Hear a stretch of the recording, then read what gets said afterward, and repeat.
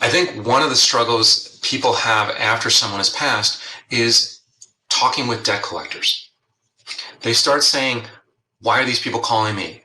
This is not the appropriate time. Look, at the end of the day, they're just doing their job. If you had it where you lent money to someone, say $1,000, or even $100 or $10, doesn't matter.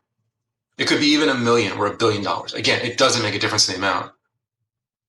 Just because the person has passed doesn't mean that you're expecting the debt to just go away, right?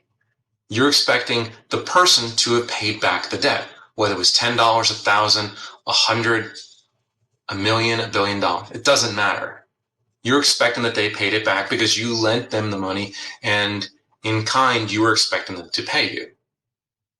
That is the same thing with any debt collector. They are the agents of people that the person borrowed money from, and they're trying to help get the money back for these financial institutions or these companies. I've personally had it owning a business. I had to work with a debt collector to try to have it where I asked for funds to be paid by a customer of mine that didn't want to pay their bill. So I needed to work with them to send out letters to get the customer to pay their bill. It's just simple things like that. And then they get a percentage of the debt. I would recommend you be nice with them, understand the situation. Now, if they start calling you like within a week or two after the person has passed, you know, they probably won't do that. But if they do, say, look, I'm right now grieving. Can you call me back in a couple of months and we can go over this? A lot of them are perfectly willing to do that. They're not trying to be a pain. They're just trying to satisfy the debt that was owed to the institution or the company. Debt collectors will actually potentially be your ally and your friend in many cases, especially if you have where you're still working through the probate process. They will be able to give you information because the companies are looking for debts to be satisfied as fast as possible. And if you're the executor and you get the collections agency to recognize you as the executor or someone representing the estate, you now have a backdoor access in order to look over and review over funds. I mentioned it in another video about the fact that I spoke with a collections team, and I had it where I said I wasn't sure about the debts on these credit card transactions, and they mailed me 1 year of the credit card statements so I can review them to determine the accuracy and the inaccuracy of them so I can question debts or debits or credits. Again, don't think of them as the enemy. Think of them as the mediator for the debts. Okay? Now, there is 2 forms of debt you will be handling after someone passes, whether you're the executor of the estate directly or someone working with the executor to help with the bills. These are the secure debts and then the unsecured debts. Secured debts are things that have where they are backed by an asset. So, a mortgage is a form of a secured debt.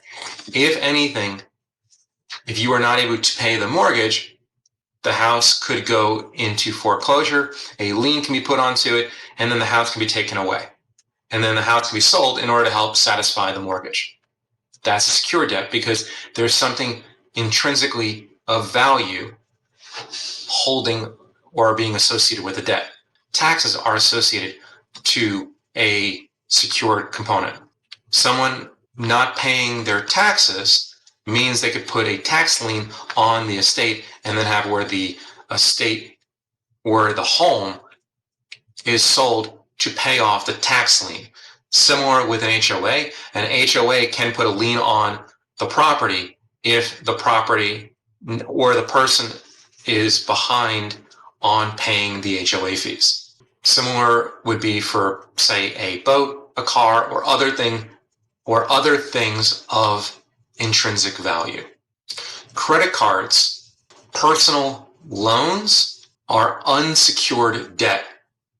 This is why credit cards or personal loans are ones that come with much more risk to a bank. They charge higher interest rates because of this. At the time of this video, the average interest rate on a credit card is anywhere between, say, 15 and 25%, maybe 30%. When I was younger, it was 7 or 10%. I think some of my credit cards, are at 12% because of how long I've been with them. It all depends. Mortgages have it where at the present time of this video, mortgage rates are anywhere between 6 to 8%. A few years ago, they were at 2%. Auto loans were 1 to 2% potentially, or even a fraction of a percent. Personal loans have always been things that have been anywhere between 4 and higher of some kind. And that's because they are putting on more risk that these things might not be paid. As mentioned in other videos, unsecured debt are ones that are responsible by the estate to pay. And there's nothing, if the estate does not have any value, they might not be paid. And then the bank has to potentially write them off or go and use a collections agency to try to attempt to get some amount back for them, which could be a fraction of it. So the line of pennies on a dollar, where instead of being, say, paying a loan that might be, say $10,000, that the loan has a value left on it, they might accept $4,000 or $5,000. It all depends. These are one of those things that, look, just because you're working with a collections agency, don't treat them as the enemy. Use them to your benefit to get details about the policies, the details about the components. Saying, look, I didn't know about these things. I couldn't get them. I'm still working through the probate process. Yes, I'm the executor, but I have not been named officially as personal representative. There is no funds right now for it, but I will be able to provide payoff once this occurs, and they will contact you back and work with you on that. If there is no money in the estate and there will be no way to pay that, you need to just show them that there is none and then work with them on that. And again, all of the information I'm telling you right now is all educational. If you have any issues or concerns about this information, speak with an estate attorney, tax attorney, CPA. If you need a lawyer to work through some of the issues, which I'll be honest, there are certain debts that you might need to hire a lawyer to work on that's beyond just the collections agency because of different things that will be occurring because of fraud, elder abuse, or other components that have happened with the person that has passed. There could have been scams and fraud that occurred, and now there are debts that are being put on to the person post-mortem or after passing that you're now trying to handle. You need to work with people to try to rectify these things, just to clear them up potentially. This is again why in that video that I made, which I said 21 things to do within the first 72 hours, one of the things you need to do is to freeze their credit scores and their credit accounts, because you want to make sure that no new debts are being associated to them as promptly as possible, just in case there's fraud or mischievous activities occurring with them. And that way that all these things are handled as promptly as possible before that death certificate is announced out, and that people now start trying to go and collect or trying to come out of the woodwork for things. Freezing their credit card reports or their credit scores will now prevent new debts from being accrued. So no new loans can potentially be created. No new debts can be created. It doesn't mean that you will have it where you will stop them from someone who's doing fraudulent activities from stealing funds from an account, but you'll prevent a new bank account in their name being opened, potentially, or a new credit card being opened in their name, potentially. And you have those accuracies potentially on that. Or if anything, you'll get things like LifeLock or something like that. But again, work with those debt collectors to get the information you need and work with them to settle the debts as promptly as possible, or let them know that there just is no money to be handled and just show them the accuracy with documentation that proves there is no funds in the estate to handle that. If you have any questions, feel free to leave them in the comments below this video.